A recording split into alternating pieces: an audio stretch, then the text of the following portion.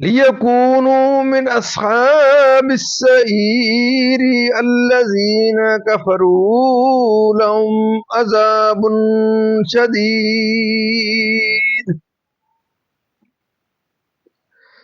والذين آمنوا وعملوا الصالحات لهم مغفرة وأجر كبير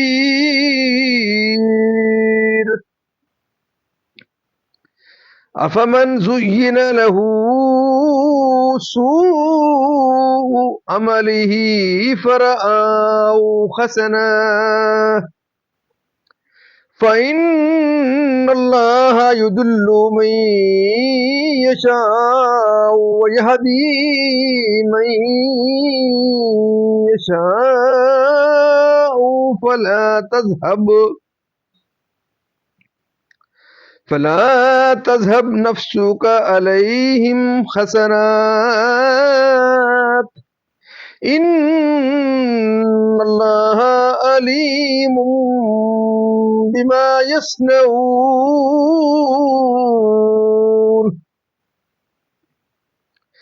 والله الذي أرسل الرياح فتثير سحابا فسقناه إلى بلد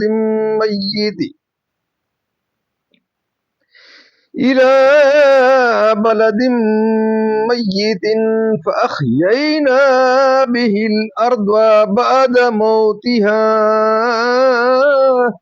كذلك النشور صدق اللہ العظیم۔ ترجمہ۔ سورۃ فاطر مکی ہے، اللہ کے نام سے شروع جو نہایت مہربان رحم والا ہے۔ اس میں 45 آیتیں اور 5 رکوع ہیں۔ سب خوبیاں اللہ کو جو آسمانوں اور زمین کا بنانے والا، فرشتوں کو رسول کرنے والا، جن کے 2 2 3 3 4 4 پر ہیں، بڑھاتا ہے پیدائش میں جو چاہے۔ بے شک اللہ ہر چیز پر قادر ہے۔ اللہ جو رحمت لوگوں کے لیے کھولے اس کا کوئی روکنے والا نہیں، اور جو کچھ روک لے تو اس کی روک کے بعد اس کا کوئی چھوڑنے والا نہیں، اور وہی عزت و حکمت والا ہے۔ اے لوگو، اپنے اوپر اللہ کا احسان یاد کرو۔ کیا اللہ کے سوا اور بھی کوئی خالق ہے کہ آسمان اور زمین سے تمہیں روزی دے؟ اس کے سوا کوئی معبود نہیں، تو تم کہاں اوندے جاتے ہو؟ اور اگر یہ تمہیں جھٹلائیں تو بے شک تم سے پہلے کتنے ہی رسول جھٹلائے گئے، اور سب کام اللہ ہی کی طرف پھرتے ہیں۔ اے لوگو، بے شک اللہ کا وعدہ سچ ہے، تو ہرگز تمہیں دھوکہ نہ دے دنیا کی زندگی، اور ہرگز تمہیں اللہ کے حکم پر فریب نہ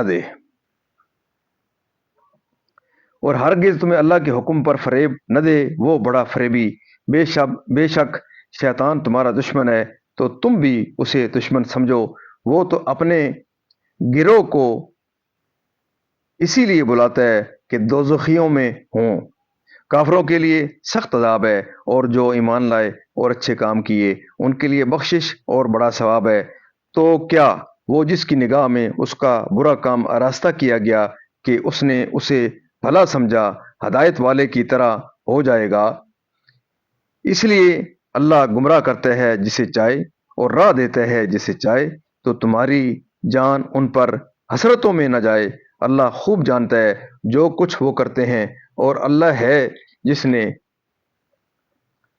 بھیجی ہوائیں کے بادل ابھارتی ہیں، پھر ہم اسے کسی مردہ شہر کی طرف رواں کرتے ہیں، تو اس کے سبب ہم زمین کو زندہ فرماتے ہیں۔ اس کے مرے پیچھے یوں ہی حشر میں اٹھنا ہے۔ معزز ناظرین، یہاں تک اس کا ترجمہ اختتام پذیر ہوا۔ اب سورۃ فاطر کی شروع سے اس کا جو تفسیر ہے وہ سورۃ فاطر مکی ہے۔ اس میں 5 رکوع، 45 آیتیں، 970 کلمے، 3130 حروف ہیں۔ اپنے انبیاء کی طرف فرشتوں میں اور ان کے سوا اور مخلوق میں، مثل بارش و رزق و صحت وغیرہ کے، کہ اس نے تمہارے لیے زمین کو فرش بنایا، آسمان کو بغیر ستون کے قائم کیا، اپنی راہ بتانے اور حق کی دعوت دینے کے لیے رسولوں کو بھیجا، رزق کے دروازے کھولے، میਂہ برسا کر اور طرح طرح کے نباتات پیدا کر کے اور یہ جانتے ہوئے کہ خالق و رازق ہے، ایمان و توحید سے کیوں پھرتے ہو؟ اس کے بعد نبی کریم صلی اللہ علیہ وسلم کے لیے فرمایا جاتا ہے، اے مصطفیٰ صلی اللہ علیہ وسلم، اور تمہاری نبوت و رسالت کو نہ مانے اور توحید و باس و حساب اور عذاب کا انکار کریں۔ انہوں نے صبر کیا، انہوں نے صبر کیا، آپ بھی صبر فرمائیے۔ کفار کا انبیاء کے ساتھ یہ دستور چلا آتا ہے، وہ جھٹلانے والوں کو سزا دے گا اور رسولوں کی مدد فرمائے گا۔ قیامت ضرور آنی ہے، مرنے کے بعد ضرور اٹھنا ہے، اعمال کا حساب یقیناً ہوگا، ہر ایک کو اس کے کیے کی جزا بے شک ملے گی کہ اس کی لذتوں میں مشغول ہو کر آخرت کو بھول جاؤ۔ یعنی شیطان تمہارے دلوں میں یہ وسوسہ ڈال کر کے گناہوں سے مزہ اٹھا لو۔ اللہ تعالیٰ حلم فرمانے والا ہے، اللہ تعالیٰ حلم فرمانے والا ہے، وہ درگزر کرے گا، اللہ تعالیٰ بے شک حلم والا ہے۔ لیکن شیطان کی فریب کاری یہ ہے کہ وہ بندوں کو اس طرح توبہ و عمل صالح سے روکتا ہے اور گناہ معصیت پر جری کرتا ہے۔ اس کے فریب سے ہوشیار رہو اور اس کی اطاعت نہ کرو اور اللہ تعالیٰ کی طاعت میں مشغول رہو، یعنی اپنے مطمئن کو کفر کی طرف۔ اب شیطان کے مطمئن اور اس کے مخالفین کا حال تفصیل کے ساتھ بیان فرمایا ہے۔ جو شیطان کے گروہ میں سے ہیں اور شیطان کے فریب میں نہ آئے اور اس کی راہ پر نہ چلے، ہرگز نہیں برے کام کو اچھا سمجھنے والا، ہرگز نہیں برے کام کو اچھا سمجھنے والا راجاب کی طرح کیا ہو سکتا ہے؟ وہ اس بدکار سے بدرجہ ہا بہتر ہے جو اپنے خراب عمل کو برا جانتا ہو اور حق کو حق اور باطل کو باطل سمجھتا ہو۔ شان نزول، شان نزول یہ آیت ابو جہل وغیرہ مشرکین مکہ کے حق میں نازل ہوئی، جو اپنے شرک و کفر جیسے کبھی افعال کو شیطان کے بہکانے اور بھلا سمجھانے سے اچھا سمجھتے تھے۔ اور ایک قول یہ ہے کہ یہ آیت اصحاب بدعت و ہوا کے حق میں نازل ہوئی، جن میں روافض و خوارج وغیرہ داخل ہیں، جو اپنی بد مذہبیوں کو اچھا جانتے ہیں اور انہی کے زمرہ میں داخل ہیں۔ تمام بد مذہب، خواہ وہابیوں یا غیر مقلد یا مرزائی یا چکڑالی اور کبیرہ گناہ والے، جو اپنے گناہوں کو برا جانتے ہیں اور حلال نہیں سمجھتے، اس میں داخل نہیں۔ کہ افسوس وہ ایمان نہ لائے اور حق قبول کرنے سے محروم رہے۔ مراد یہ ہے کہ آپ ان کے کفر و ہلاکت کا غم نہ فرمائیں،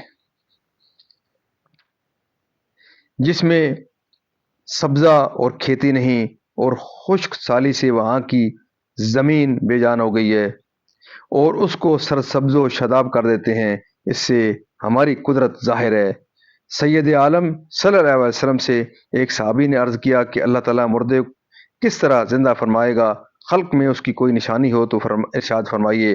فرمایا کہ کیا تیرا کسی ایسے جنگل میں گزر ہوا جو خشک سالی سے بے جان ہو گیا ہو اور وہاں سبزے کا نام و نشان نہ رہا ہو، پھر کبھی اسی جنگل میں گزر ہوا ہو اور اس کو ہرا بھرا لہلہاتا پایا ہو؟ ان صحابی نے عرض کیا، بے شک ایسا دیکھا ہے۔ حضور نے فرمایا، ایسے ہی اللہ مردوں کو زندہ کرے گا اور خلق میں یہ اس کی نشانی ہے۔ معزز ناظرین، اللہ تعالیٰ کے فضل و کرم سے آج تک کی یہاں تلاوت، ترجمہ، تفسیر اور شان نزول اس کا اختتام پذیر ہوا۔ ہم اللہ تعالیٰ کے دربار کے اندر اس کلام مقدس کے صدقے، حضور پاک صلی اللہ علیہ وسلم کی ذات برکات کے صدقے اللہ تعالیٰ کے دربار کے اندر دعا کرتے ہیں کہ اللہ تعالیٰ میں قرآن پاک پڑھنے، قرآن پاک کو سمجھ کر اس کے احکامات کے مطابق، حضور پاک صلی اللہ علیہ وسلم کی پاک سنت کے مطابق اور صحابہ کرام کے نقش قدم کے اوپر اللہ تعالیٰ میں چلنے کی توفیق عطا فرمائے۔